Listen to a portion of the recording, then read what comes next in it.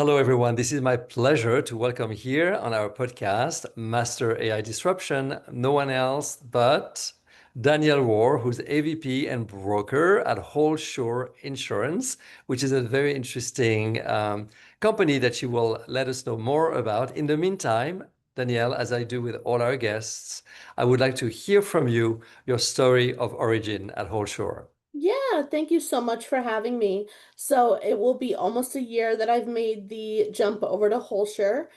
Prior to my time here, I was at a smaller brokerage where I excelled in transportation and cargo and stock throughput.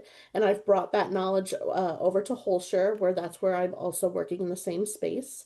Mhm. Prior to all of that, started in insurance. My primary background was entertainment, if you can believe it. I fell into insurance, and I wanted something that was going to be recession proof. As a child who grew up in the against the '08 recession, I wanted something that was going to carry me through and be a lifelong career. And luckily, I found it in insurance. So I started off at a very niche transportation office on the retailer side, and then made the jump about 3 or 4 years ago to the wholesale brokerage side. So tell us a little bit about the business model of a whole short. It's an interesting one. Yeah, so Holshire is the brokerage arm of Acrisure. Holshire has been great there's so many opportunities. You kind of run your book as, you are an entrepreneur, you make the decisions all within, under the Holshire umbrella. So I made the move because I needed a lot of more market access to what I wanted to do to grow my book. And they allow you that freedom. They're 100% supportive behind the scenes, and whatever you need, they're there for you. Okay, so that's interesting. All right, so tell me a little bit about how Horseshoe is leveraging technology, for instance. Behind the scene, how do they support you with technology? So Holster is very technology forward, especially on the Acrisure side.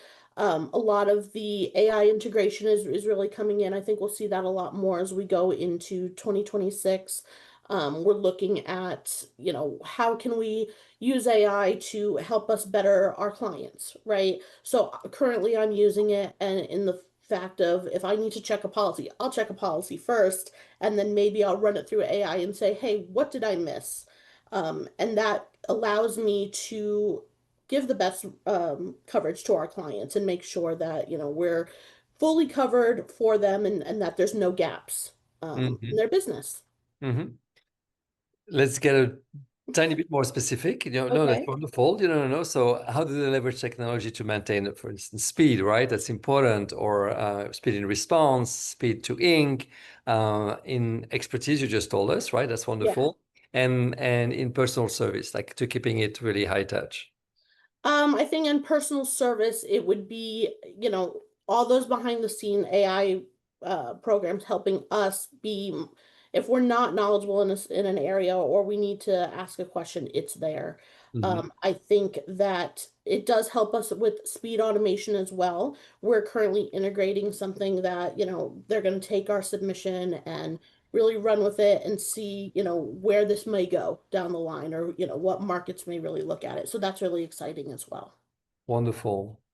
Wonderful. So, given this unique positioning of Horseshores, as a major tech-enabled group today, where do you see the biggest friction points? It's The always areas, go sorry, did I no, the interrupt? areas where technology is supposed to help, but still far short from that point.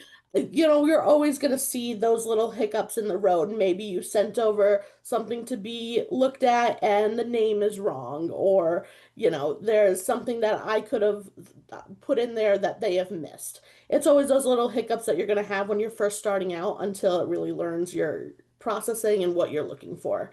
hmm So that's kind of what I'm dealing with right now as far as, just little things. But I really think that once those bugs get knocked out, we're golden.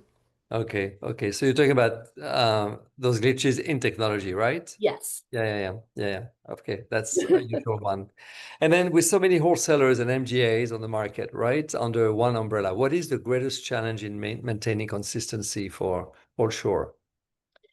Um, for Is it? me, it's Yeah. making sure that we're giving that service 100%. And I think that I strive and my team strives to definitely make sure that regardless of, we have 10 submissions in today, Hmm. you're going to get an answer from us. You're going to Hmm. get something that says, "Hey, we're working on this." And I think that's what we're trying to do as a whole company is set us apart from the big players that, yeah, you have all the markets perhaps, but you're getting personalized boutique coverage and service with us. Hmm. Hmm. And what about the focus on training existing staff to deliver on those promises, as you said, the struggle to hire new people with the necessary technical expertise for one, but also the Yes. knowledge of the business. So tell me more about this. We talk about this all the time of how hard it is because, you can hire someone come in with bad habits, right? And you are doing things a certain way and it's hard to um kind of bust out of your, I don't want to say rut, but it's the way of doing things. But that's what's great about bringing in new talent is maybe we've been doing it this way for so long, somebody else is doing it a different way, and we can Mm, learn from them, and that's better. The challenge on that is that, you have to be open. And I think a lot of people are just so stuck in their own ways and not open to change. mm, mhm, mhm. Okay, so that's a beautiful transition. So how do you keep that, automation happening, on the one hand, which brings a lot of change and onboard people into adopting those new technologies? How do you see that play out at Holshire? I mean, I can't specifically speak to onboarding our newest people. I can only speak to my own team of how we brought them in, and it has to also be the right fit. Culture is a big thing across the board, and I think that's what people are looking for is that, if you're open to change, you're open to innovation, you're going to want to come here because that's, what our focus is Mm, upon, and how do we be better every single day, and how do, it's not just about a numbers game for us. It's how do mm, we provide service, and become the best in the business. Wonderful. Would love to also hear from you more about how you transfer this great culture, all the things that you receive from Holshire that makes you feel, giving the extra mile. How do you translate that to your team? So I think I would like to think that I do a good job transferring it to my team by being, a great example, and definitely making sure that they're compensated well, that they are also excited about the work they're doing. Hmm. Incentives to bring in new business and to get those numbers on the books. I think it's definitely it has to be inspiring, and you're spending so much time together, you need to make it a really great environment for others. And Hmm. I strive to do that by, you know if somebody's having a bad day, let's do something for them. They Hmm. work so hard, I rely so much on them. I really wouldn't be where I am without the support from my team. So Hmm. whatever I can do to help them, whether it's they need the day off, they need something, a lunch that's we can go out to, let's do it. Let's keep the Hmm. team happy because the team is what really makes it go. Your treasure chest. Okay, got it. Wonderful. And of course, you're going to have to answer the last question, the same question we ask everyone, Yes. but it's a serious question. Okay. Okay. Um, so you have ambition, you work in a dynamic organization, you lead your own business, you have a team, you have assets such as exclusive license. Okay, so what is the biggest friction that you would like to remove? Had you in your hand a magic wand? Oh, geez. You could have given me a heads up on that one. We had a perfected answer. No, I'm joking. If I could wave a magic wand today and make the one piece of friction go away, it would be honestly, because we started over from our last position and we had to build the book up from zero, we've struggled in the sense of, well, why does someone need this specific coverage, right?